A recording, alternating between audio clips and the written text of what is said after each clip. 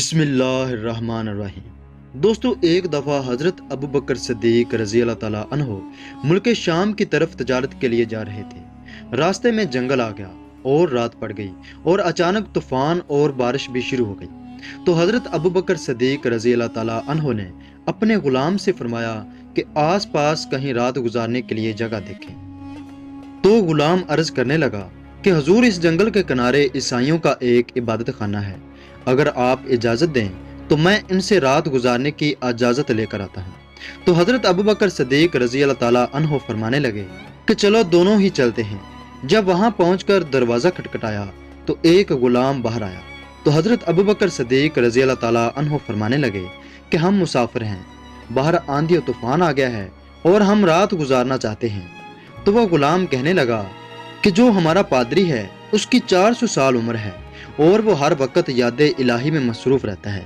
اور وہ بتانے لگا کہ ایک مرتبہ ایک مسافر یہاں پر رات گزارنے کے لیے آیا تھا، تو اس مسافر نے رات کو گناہ کیا، تو اس گناہ کی وجہ سے پادری کی عبادت میں خلل آ گیا تھا۔ اس کے بعد اس پادری نے کسی مسافر کو یہاں پر رات گزارنے کی اجازت نہیں دی، لہذا آپ لوگ جا سکتے ہیں۔ تو حضرت ابو بکر صدیق رضی اللہ تعالیٰ عنہ فرمانے لگے کہ ہم تو جا رہے ہیں، مگر پادری کو میرا ایک پیغام دے دینا کہ تیرے پاس کیا گارنٹی ہے کہ ہر آنے والا مسافر گناہ کر کے ہی جائے گا۔ اتنا فرما کر حضرت ابو بکر صدیق رضی اللہ تعالیٰ عنہ اور آپ کے غلام جنگل کی طرف چل پڑے۔ یہ پادری اتنا ضعیف ہو چکا تھا کہ اس کی آنکھوں کی پنویں اس کی آنکھوں کے اوپر آ چکی تھیں اور وہ آنکھیں کھول نہیں سکتا تھا۔ جب پادری کا غلام اندر گیا تو اس پادری نے اپنے غلام سے پوچھا کہ اتنی رات کو دروازے پر کون تھا؟ تو غلام بتانے لگا کہ ایک مسافر تھا اور رات گزارنا چاہتا تھا، مگر میں نے اسے اجازت نہیں دی، مگر وہ جاتے وقت یہ کہہ کر گیا ہے کہ اپنے پادری سے پوچھنا کہ تیرے پاس کیا گارنٹی ہے کہ ہر آنے والا مسافر گناہ ہی کر کے جائے گا۔ تو پادری نے اپنی آنکھوں کی بھویں اٹھا کر اپنے غلام سے فرمانے لگا کہ غلام دوڑ کر جاؤ اور اس سے پوچھ کر آ کہ تیرا نام کیا ہے۔ تو غلام جنگل میں جا کر صدیق اکبر رضی اللہ تعالیٰ عنہ سے عرض کرنے لگا کہ حضور، میرے پادری نے آپ کا نام پوچھا ہے۔ تو حضرت ابو بکر صدیق فرمانے لگے کہ میری ماں نے میرا نام عبداللہ رکھا ہے، مگر لوگ مجھے ابو بکر کے نام سے جانتے ہیں۔ غلام نے آ کر اپنے پادری کو بتایا کہ اس کا نام ابو بکر ہے۔ تو پادری نے کہا کہ اس سے پوچھ کر آ کہ وہ کہاں کا رہنے والا ہے۔ تو آپ نے غلام سے فرمایا کہ میں مکہ کا رہنے والا ہوں۔ تو غلام نے آ کر پادری کو بتایا۔ تو پادری نے اپنے غلام سے کہا کہ دوڑ کر جا اور اسے اندر لے کر آ۔ غلام دوڑ کر گیا اور عرض کرنے لگا کہ حضور، میرا پادری آپ کو اندر بلا رہا ہے۔ تو جب حضرت ابو بکر صدیق رضی اللہ تعالیٰ عنہ اندر گئے تو پادری نے دوبارہ آپ کا نام پوچھا۔ تو آپ نے فرمایا کہ میرا نام ابو بکر ہے۔ تو پادری کہنے لگا کہ آپ اس مکہ کے رہنے والے ہیں جو کہ 2 پہاڑوں کے درمیان ہے۔ تو حضرت ابو بکر صدیق رضی اللہ تعالیٰ عنہ نے فرمایا کہ جی ہاں، میں اسی مکہ کا ہوں۔